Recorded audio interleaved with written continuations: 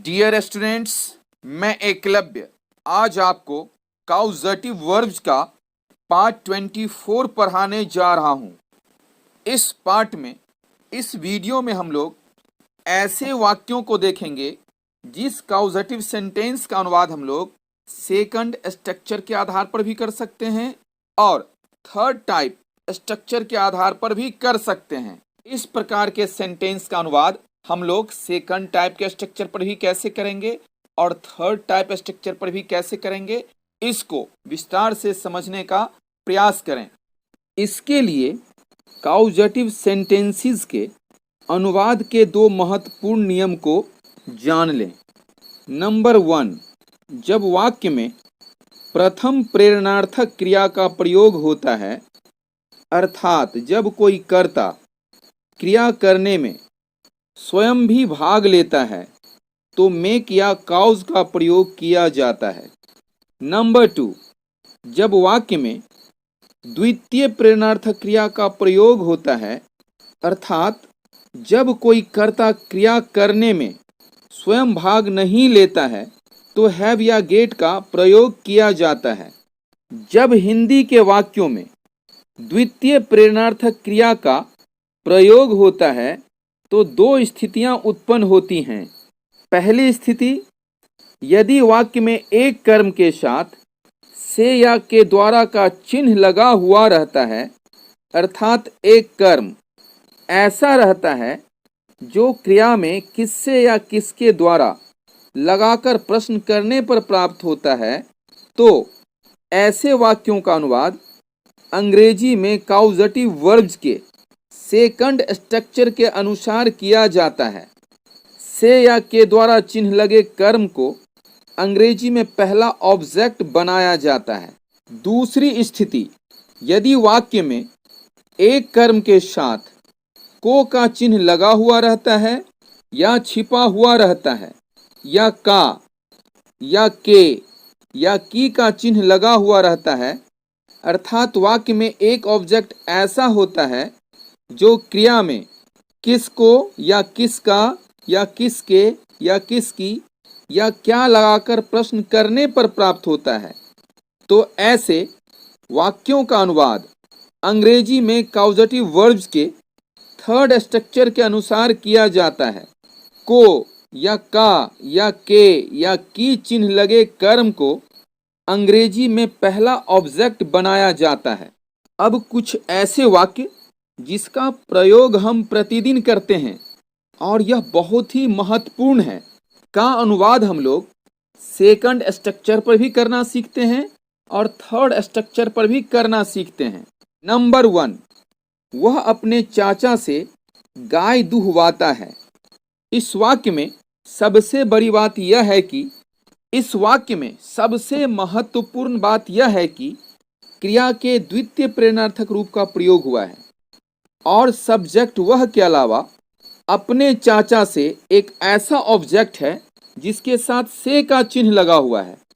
इसलिए इस वाक्य का अनुवाद हम लोग सेकंड स्ट्रक्चर के आधार पर करेंगे और अंग्रेजी में अपना चाचा को हम पहला ऑब्जेक्ट बनाएंगे।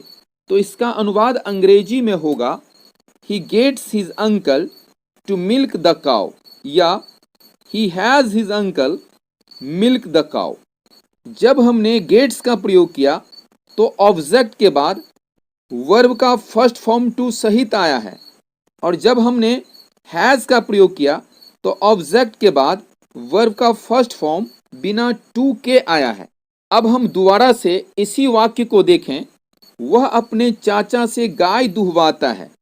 इस सेंटेंस में सबसे बड़ी बात यह है कि क्रिया के द्वितीय प्रेरणार्थक रूप का प्रयोग हुआ है और सब्जेक्ट वह के अलावा गाय एक ऐसा ऑब्जेक्ट है जिसके साथ कोई भी चिन्ह लगा हुआ नहीं है। यदि आप चाहें तो गाय के बाद को का चिन्ह लगा सकते हैं और इस सेंटेंस को बोल सकते हैं, वह अपने चाचा से गाय को दुहवाता है। अब हम इस सेंटेंस का अनुवाद काउजेटिव वर्ब के थर्ड स्ट्रक्चर के आधार पर करेंगे और गाय ऑब्जेक्ट को हम अंग्रेजी में पहला ऑब्जेक्ट के रूप में रखेंगे। तो इसका अनुवाद अंग्रेजी में बनेगा he gets the cow milked by his uncle, या he has the cow milked by his uncle. इस सेंटेंस में गेट्स हो या हैज हो, दोनों ही स्थिति में ऑब्जेक्ट के बाद वर्ब का थर्ड फॉर्म आया है। नंबर 2, तुम मुझसे अपना गृह कार्य करवा रहे हो। इस सेंटेंस में सबसे महत्वपूर्ण बात यह है कि क्रिया के द्वितीय प्रेरणार्थक रूप का प्रयोग हुआ है और सब्जेक्ट तुम के अलावा मुझसे एक ऐसा ऑब्जेक्ट है जिसके साथ से का चिन्ह लगा हुआ है और इस से का अर्थ के द्वारा होता है। इसीलिए इस सेंटेंस का अनुवाद हम लोग काउजेटिव वर्ब के सेकंड स्ट्रक्चर के आधार पर करेंगे और अंग्रेजी में मुझसे को पहला ऑब्जेक्ट बनाएंगे। इसी सेंटेंस में तुम के जगह आप रखकर दूसरे ढंग से बोल सकते हैं, आप मुझसे अपना गृह कार्य करवा रहे हैं। और इस सेंटेंस का अनुवाद अंग्रेजी में होता है, you are having me do your homework, या you are getting me to do your homework.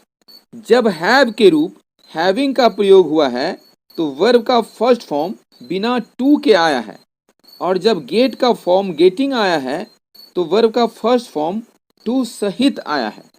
इसी सेंटेंस में तुम मुझसे अपना गृह कार्य करवा रहे हो या आप मुझसे अपना गृह कार्य करवा रहे हैं, एक दूसरा ऑब्जेक्ट अपना गृह कार्य है। अपना गृह कार्य में आप चाहें तो को लगा सकते हैं, तुम मुझसे अपने गृह कार्य को करवा रहे हो, और यह क्रिया में क्या लगाकर प्रश्न करने पर प्राप्त होता है। तुम मुझसे क्या करवा रहे हो, तो इसका उत्तर होता है तुम मुझसे अपना गृह कार्य करवा रहे हो।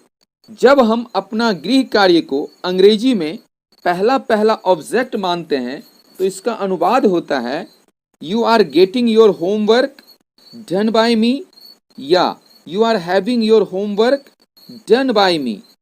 दोनों ही वाक्य में गेट या हैव के बाद वर्ब का थर्ड फॉर्म डन आया है। नंबर 3, वह अपने छोटे भाई से उस लड़की को धुलवाता है। इस सेंटेंस में सबसे महत्वपूर्ण बात यह है कि क्रिया के द्वितीय प्रेरणार्थक रूप का प्रयोग हुआ है और सब्जेक्ट वह के अलावा एक ऑब्जेक्ट अपने छोटे भाई से ऐसा है जिसके साथ से का चिन्ह लगा हुआ है और इस से का अर्थ के द्वारा होता है।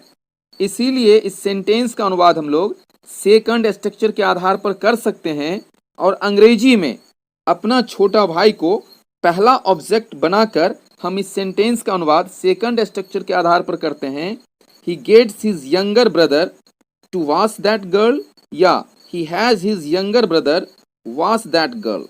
जब हम लोगों ने गेट का फॉर्म गेट्स का यूज किया है तो ऑब्जेक्ट के बाद वर्ब का फर्स्ट फॉर्म टू सहित आया है, और जब हमने हैव के रूप हैज का प्रयोग किया है तो ऑब्जेक्ट के बाद वर्ब का फर्स्ट फॉर्म बिना टू के किया है। अब इसी सेंटेंस वह अपने छोटे भाई से उस लड़की को धुलवाता है में हम उस लड़की को पहला ऑब्जेक्ट अंग्रेजी में मानकर चलेंगे तो इस सेंटेंस का अनुवाद कॉजेटिव वर्ब्स के थर्ड स्ट्रक्चर के आधार पर होता है, he gets that girl washed by his younger brother, या he has that girl washed by his younger brother. दोनों वाक्यों में पहला वाक्य में भी जब हम गेट्स के बाद ऑब्जेक्ट का प्रयोग करते हैं तो उसके बाद वर्ब का थर्ड फॉर्म का यूज करते हैं, और दूसरा वाक्य में जब हम हैव का फॉर्म हैज यूज करते हैं तो ऑब्जेक्ट के बाद वर्ब का थर्ड फॉर्म का यूज करते हैं। यानी दोनों ही वाक्य में हम लोग वर्ब के थर्ड फॉर्म का यूज करते हैं। नंबर 4, मैं अपने मित्र से कल अपना बाल कटवाऊंगा। इस वाक्य में सबसे महत्वपूर्ण बात है क्रिया के द्वितीय प्रेरणार्थक रूप का प्रयोग हुआ है और सब्जेक्ट मैं के अलावा एक ऑब्जेक्ट अपने मित्र से ऐसा है जिसके साथ से का चिन्ह लगा हुआ है और इस से का अर्थ के द्वारा होता है। इसलिए इस वाक्य का अनुवाद हम लोग सेकंड स्ट्रक्चर के आधार पर कर सकते हैं और अंग्रेजी में जब इसका अनुवाद करते हैं तो अपना मित्र को पहला ऑब्जेक्ट के रूप में लिखते हैं और इसका अनुवाद अंग्रेजी में करते हैं, I shall get my friend to cut my hair tomorrow, या I shall have my friend cut my hair tomorrow. जब हम लोगों ने गेट का प्रयोग किया है तो ऑब्जेक्ट के बाद वर्ब का फर्स्ट फॉर्म टू सहित किया है और जब हैव का प्रयोग किया है तो ऑब्जेक्ट के बाद वर्ब का फर्स्ट फॉर्म बिना टू के किया है। अब इसी वाक्य को देखें, मैं अपने मित्र से कल अपना बाल कटवाऊंगा। इस सेंटेंस में एक दूसरा ऑब्जेक्ट अपना बाल भी है और इस अपना बाल के बाद को का चिन्ह छिपा हुआ है। यदि हम चाहें तो इस सेंटेंस को बोल सकते हैं, मैं अपने मित्र से कल अपने बाल को कटवाऊंगा। अब यदि हम अपना बाल को अंग्रेजी में पहला पहला ऑब्जेक्ट बनाकर लिखेंगे तो इस सेंटेंस का अनुवाद अंग्रेजी में कॉजेटिव वर्ब्स के थर्ड स्ट्रक्चर के आधार पर होगा।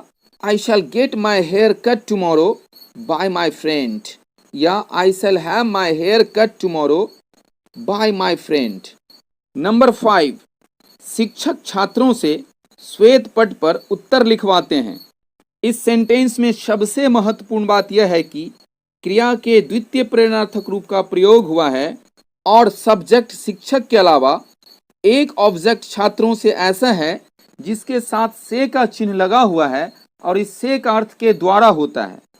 इसलिए इस ऑब्जेक्ट को अंग्रेजी में पहला ऑब्जेक्ट बनाकर यदि हम अनुवाद करते हैं तो इस सेंटेंस का अनुवाद कॉजेटिव वर्ब्स के सेकंड स्ट्रक्चर के आधार पर करेंगे।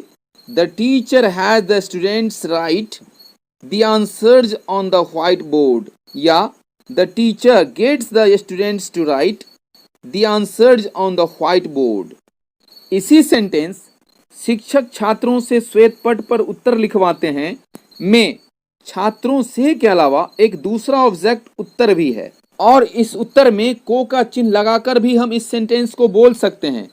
शिक्षक छात्रों से श्वेत पट पर उत्तर को लिखवाते हैं। यदि हम इस दूसरे ऑब्जेक्ट उत्तर को अंग्रेजी में पहला पहला ऑब्जेक्ट बनाकर लिखेंगे तो इस सेंटेंस का अनुवाद अंग्रेजी में कॉजेटिव वर्ब्स के थर्ड स्ट्रक्चर के आधार पर होगा। The teacher has the answers written by the students on the white board, या the teacher gets the answers written by the students on the white board. Number 6, मैं अपनी पत्नी से कभी भी रात का भोजन नहीं बनवाता हूँ। इस सेंटेंस में सबसे बड़ी बात है क्रिया के द्वितीय प्रेरणार्थक रूप का प्रयोग हुआ है और सब्जेक्ट मैं के अलावा अपनी पत्नी से एक ऐसा ऑब्जेक्ट है जिसके साथ से का चिन्ह लगा हुआ है और इस से का अर्थ के द्वारा होता है। यदि हम इस ऑब्जेक्ट को अंग्रेजी में पहला पहला ऑब्जेक्ट बनाकर लिखेंगे तो इस सेंटेंस का अनुवाद कॉजेटिव वर्ब्स के सेकंड स्ट्रक्चर के आधार पर होगा। I never get my wife to cook dinner, या I never have my wife cook dinner. इसी सेंटेंस में अपनी पत्नी से कभी भी रात का भोजन नहीं बनवाता हूं में पहला पहला ऑब्जेक्ट अपनी पत्नी से के अलावा एक दूसरा ऑब्जेक्ट रात का भोजन भी है। यदि हम अंग्रेजी में अनुवाद करते समय रात का भोजन को पहला पहला ऑब्जेक्ट बनाते हैं तो इस सेंटेंस का अनुवाद अंग्रेजी में कॉजेटिव वर्ब्स के थर्ड स्ट्रक्चर के आधार पर होगा। I never get dinner cooked by my wife, या I never have dinner cooked by my wife. Number 7, उस छोटे बच्चे ने अपने पिताजी से अपने लिए एक खिलौना खरीदवाया। इस सेंटेंस में सबसे महत्वपूर्ण बात यह है कि क्रिया के द्वितीय प्रेरणार्थक रूप का प्रयोग हुआ है और इस सेंटेंस में तीन ऑब्जेक्ट है। पहला है अपने पिताजी से, दूसरा है अपने लिए और एक तीसरा ऑब्जेक्ट है एक खिलौना। जब हम पहला ऑब्जेक्ट अपने पिताजी से को अंग्रेजी में पहला ऑब्जेक्ट बनाएंगे तो इस सेंटेंस का अनुवाद कॉजेटिव वर्ब्स के सेकंड स्ट्रक्चर के आधार पर करेंगे और इसका अनुवाद होगा that little child had his father buy him a toy, या that little child had his father buy a toy for him, या that little child got his father to buy him a toy, या that little child got his father to buy a toy for him. और जब इसी sentence उस छोटे बच्चे ने अपने पिताजी से अपने लिए एक खिलौना खरीदवाया में एक खिलौना को हम अंग्रेजी में पहला ऑब्जेक्ट बनाकर इसका अनुवाद अंग्रेजी में करेंगे तो इसका अनुवाद कॉजेटिव वर्ब्स के थर्ड स्ट्रक्चर के आधार पर होगा।